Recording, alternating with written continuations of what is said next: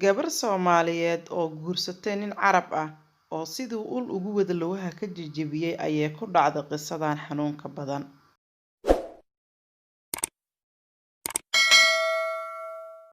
Assalaamu calaykum waraxmatullaahi wabarakaatuhu. Waa idin salaamo walaalaha igu qaaliga ah meel walba oo dunida ka joogtaan. Kusoo dhawaada channelkayga halkaad igala socotaan waa Fahiima Channel. Soo dhawaada ayaa idin leeyahay. Qisada aan maanta idiin wado waxay ku dhacday gabar lagu magacaabo Ilhaan.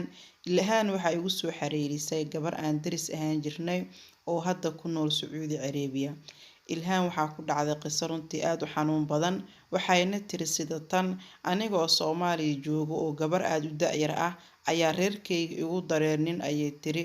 Ninka laakiin wuxuu ahaa nin aad u wanaagsan oo maanta wax aan ka sheegaya ma jirta, ayay tiri. Ninka muddo ayaan isla joognay, waxaana u dhalay bay dhahday 4 caruur ah. Intaasi aan isla nooleen waxba kama tabaneynin oo nolol aad u wanaagsan ayaan ku jiro bay dhahday.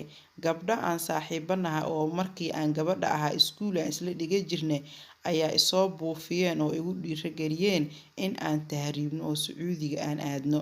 Gabdhahaas oo u socda Sacuudiga ayaan damca bay dhahday inaan soo raaco. Intii aan soo bixin ka hor ninkii ayaan ka codsaday in uu i furo, waxaana isla mar haddaad tahriibaysid ninkan iyo reerkan ha ku soo noqon oo hortaada u sii hay. Ninkii markii aan ka codsaday inuu i furo waa uu diiday bay dhahday. Reerkayga ayaan u sheegay hooyadeeda, waxaan ku dhahay hooyo ninkan ma rabo, waxaan rabaa inaan tahriibo mana soo noqonayo. Waxay dhahday hooyaday waxa ay maqli jirtay Sacuudiga ayaa laga shaqaystaa oo gabdhaha lacag badan ayaa soo gasha. Hooyaday markaa arrinkii u sheegay waxa ay igu tiri hooyo gabar fiican baa tahay, orodoo Sacuudiga noo aad oo noo soo shaqee, caruurtana anigaa kuu haynaya. Hooyaday waxaan ku dhahay bay dhahday hooyo ninka iga fur, caruurtiisa ha haysto ama adiga ii hay. Hooyaday ninkii bay u wacday waxa ayna ku tiri gabadheeda Sacuudiga bay aadaysaa, waxaan rabaa inaa furtid. Ninkii waxa uu yiri hooyo shalay adiga ayaa i siiyay, maantan inaa iga furto miyaa qurux badnaatay, dhib ma laha maanta waa maalin adduunyo. Ninkii oo ilmeynaya ayaa i furay bay dhahday. Gabdhihii soo buufiyay ee ii sheegay in aan tahriibno ayaan soo raacay, waxaana soo aadnay Sacuudiga. Muddo ayaan jidka kusoo jirnay laakiin ugu dambeyn waxaa imaanay wadanka Sacuudiga. Markii ugu horreysay aan Sacuudiga imaaday nolosha waan fahmi waayay. Markii hore waxaan bilaabay shaqo qadaama ah oo reer Carbeed loo shaqeynayo. Cidba cid ayaan u tagi jiray oo reeraha ayaan u soo shaqeyn jiray oo guryaha ayaan u soo nadiifin jiray ama u soo masixi jiray, ayay tiri. Muddo markii aan sidaas ku jiray waxay dhahday hooyadeyna aan xoogaa yar oo biil ah u tuurayo waan u adkeysan waayay oo noloshii ayaa igu adkaatay. Haddii aadan shaqeynin qofku biilaya ma laha, ayay tiri. Shaqadiina marmarka qaar ayay aad kuugu adkaanaysaa, sidoo kale in lagu tarxiilana waad ka baqaysaa, ayay tiri. Waxay dhahday reero Carab ayaan u shaqeynayay, nin iyo marwadiisa. Ninka waxay tiri caruur ma haysan, xaaska caruur maysan u dhalin. Ninkii baa waxay tiri wada sheekeysanay, xaaskiisa asigoo ka qarinayo ayaa waxa ay dhahday ninkii isfahanay, kadibna waan isguursanay bay dhahday. Ninkii markaa isguursanay awal waxay dhahday guriga ayaan dhinac ka deganaa oo qol yar ayaan deganaa. Waxa uu igu dhahay bay tiri ninka haddii aan banaanka ku dejiyo xaaskayga way shakinaysaa, ee sidaadii u deganaa qolkii yarka ahaa, howsha gurigana qabo. Sidii anigu oo ku jiro oo howshii guriga qabanayo mushaarkaygana la isiinayo ayaan waxay tiri uur qaaday. Markii aan uur qaaday waxay dhahday howshii guriga waan qaban waayay. Waa dareemi kartaan bay dhahday qof xanuunsan oo iska walac ah iyo guri la tirtirayo waan isku keeni waayay. Ninkii waxaan ku dhahay bay tiri walaalow waa inaa banaanka i dejisaa, ma qaban karo howsha guriga oo xaaskaagan aa u keentid qof shaqaalaha oo guriga uga shaqeeyo in uu u keeno. Ninkii wuu diiday bay dhahday, wuxuu igu dhahay shaqada haddaadan qaban karinin waxay noqonaysaa inaa banaanka kuu raro, banaankana kuma dejin karo. Marka waxay dhahday adigaa taqaanid sidii aad wax yeelaysid buu igu dhahay. Aniga oo yaaban ayaan waxay tiri xaaskiisii weyneed ee caruurtaan u dhalin ee oo ahayd maamo aad u weyn ayaan waxay dhahday u sheegay, waxaan dhahay maama waan xanuunsanahay, ma awoodo inaan guriga ka shaqeeyo oo howlaha guriga aan qabto, reerkaygana halkaan ma degano, maamoy maxaa igula talin lahayd oo aan sameeyaa. Uma sheegin bay tiri ninkeeda in uu i qabo. Waxay igu dhahday bay dhahday haddii aa xanuunsan tahay inta aa ka caafimaadaysid nala joog, shaqaale kale baan qabsanaynaa, kadibna markii aad fiicnaatid waa inaa shaqada kusoo noqoto. maamada uma maleysa bay dhahday inaan uur leeyahay. Haye baan ku dhahayay tiri, gabar shaqaalaha baa la keenay. Intii marka gabadha shaqaalaha ay shaqaynaysa ayaa uurkii igu soo weynaaday, caloosheedii baa bannaanka imaaday.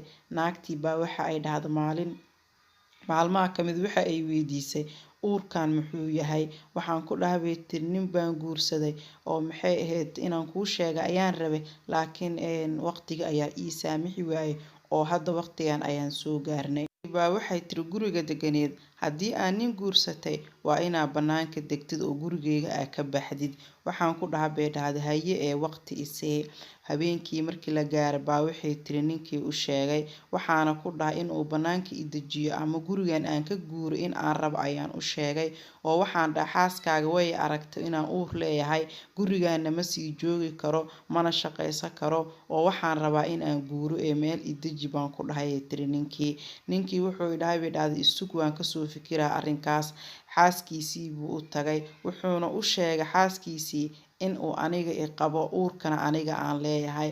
Xaaskii baa xanaaqtay bay dhahday, kadibna waxay samaysay xaaskii ninkii ayay garaacday.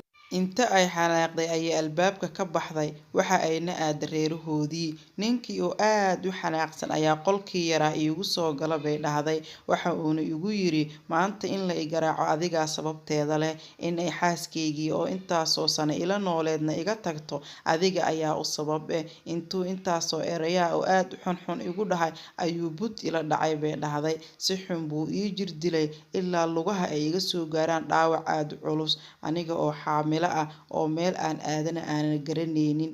Gabar aan saaxiibanahay oo Sacuudiga dhinac ka degan ayaan soo wacay bay dhahday una sheegay inaan aad u xanuunsanahay oo ninkii uu jirdil aad u xoog badan ii geystay ilaa lugaha aan ka qabo dhaawac xoog badanna aan u sheegay.